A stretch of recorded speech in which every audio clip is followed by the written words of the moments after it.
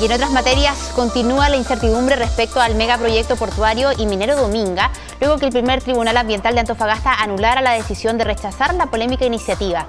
¿Qué va a pasar este 2025? Para profundizar en este tema nos encontramos en contacto con Marcelo Mena, él es exministro de Medio Ambiente justamente en el gobierno de Michelle Bachelet. ¿Cómo está, Marcelo? Muy buenos días, gracias por estar con nosotros. Hola, muy buenos días. A ver, Marcelo, ya le voy a preguntar por el rol que debería cumplir Contraloría, qué va a pasar con el Consejo de Ministros, pero me gustaría ver si nos ayuda a entender de manera fácil este entrampado que hay, porque llevamos más de una década en una trama judicial, legislativa, respecto a este proyecto, y diciembre fue un mes bien clave.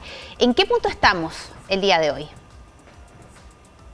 Hoy día tenemos dos situaciones. El Tribunal Ambiental ha mandatado al Comité de Ministros para que sesione y con respecto a este proyecto, y al mismo tiempo el gobierno ha llevado a la Corte Suprema ese dictamen para poder así revertir esa decisión y así definitivamente rechazar el proyecto. Entonces, en la práctica, lo que habría sido más de sentido común es que si es que haya querido el gobierno llevar esto a la Corte Suprema y potencialmente revertirlo, no tiene mucho sentido que sesione el Comité de Ministros, porque en la práctica, con los mismos antecedentes, con toda seguridad tendría que rechazar nuevamente el proyecto, porque son los mismos antecedentes que están disponibles, claro. Y por lo mismo se podría nuevamente reclamar eso. Entonces podría perfectamente estar reclamado dos veces lo mismo, y por lo tanto lo que creo que corresponde es dar un término final al proyecto en su decisión, es decir, dejar en la Corte Suprema la decisión del destino del proyecto Dominga. Ahora, usted habla del Comité de Ministros, pero ellos han anunciado su inhabilitación a propósito de esta votación que conocimos en el año 2023. ¿Qué pasa con esa figura, con el Comité de Ministros propiamente tal, en esta nueva etapa?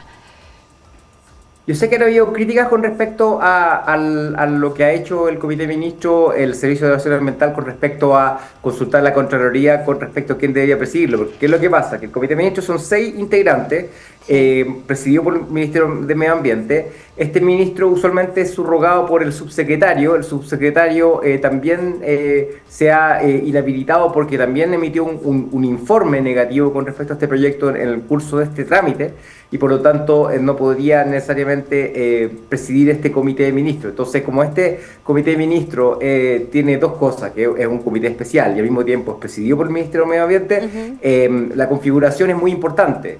Por lo tanto, la misma decisión de las subrogancias propias del Estado de Chile, que tiene una ley básicamente que está en la Constitución, con una lista de ministerios que ya no existen ni siquiera, o sea, está un poco desactualizado. Por eso hace una consulta a la Contraloría, el Servicio de Evaluación Ambiental, con la finalidad de poder dejar claro quién debería presidir. Y por lo mismo, cuando no hay claridad quién debería presidirlo, no se le puede obligar a algo imposible al gobierno, y por lo mismo da esa como una razón de no poder juntarse a decidir este proyecto en las condiciones que pide el Tribunal Ambiental. Marcelo, y usted como experto en el tema, ¿qué opina en qué pie queda el gobierno? Porque también se dice que esto de traspasar esta decisión clave a la Contraloría es una manera de poder dilatar justamente lo que está ocurriendo. O sea, yo creo que tiene sentido de no tomar una decisión ahora, porque en la práctica está en desacuerdo el gobierno con respecto a lo que hizo el Tribunal Ambiental, en el sentido de que, vamos a lo que ocurre. El Tribunal Ambiental lo que dijo, dos cosas: que tienen que inhabilitarse los ministros por haber emitido un juicio previo, eso ya se está quedando claro que va a poder llevarse a cabo, pero lo que también dice es que ya ha fallado el Tribunal Ambiental con respecto a las materias que son reclamadas en este contexto, y por lo tanto no se puede decir que la línea base del proyecto es insuficiente, y no se puede esgrimir que hay daños al medio ambiente o al medio marino. Y eso en la práctica es obligar al Comité de Ministros para que se junte y apruebe el proyecto. Y ese tipo de decisión, en mi entender y el entender del Servicio de Evaluación Ambiental, es una interferencia indebida de un poder del Estado con respecto a otro, y que le quita la independencia que históricamente se le ha dado al Comité de Ministros poder decidir con estos temas. No tiene mucho sentido que el Comité de Ministros tome una decisión. La decisión hoy día hay una reclamación por parte del Estado, digamos, que tiene que decidir, el Comité de Ministros que tenía que decidir, es que la ciudadanía dice: no se me acogieron mis consultas.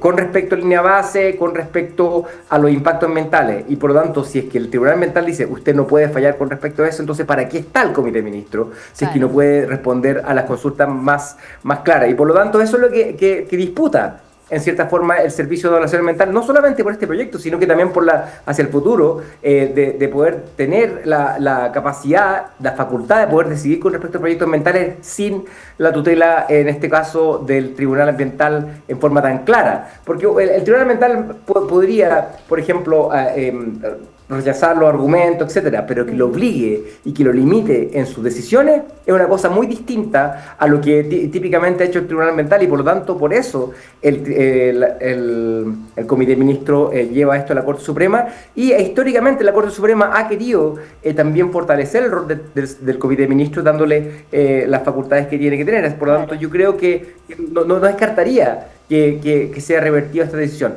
Y por lo mismo, ¿qué sentido tiene que se junte el Comité de Ministros a hacer básicamente lo mismo? Porque los informes técnicos no han cambiado, siguen siendo negativos con respecto al impacto ambiental de este proyecto al medio ambiente.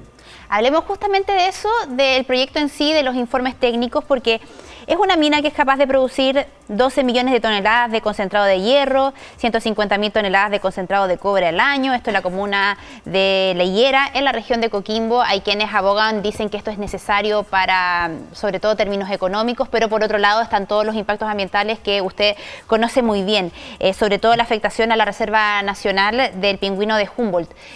Usted, como experto en el tema, como exministro, por cierto, de la cartera, ¿qué nos podría decir sobre este proyecto, sobre todo en el ámbito ambiental?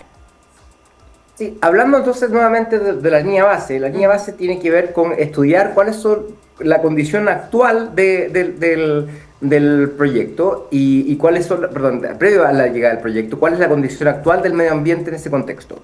Y eso se da con datos del año 2012-2013.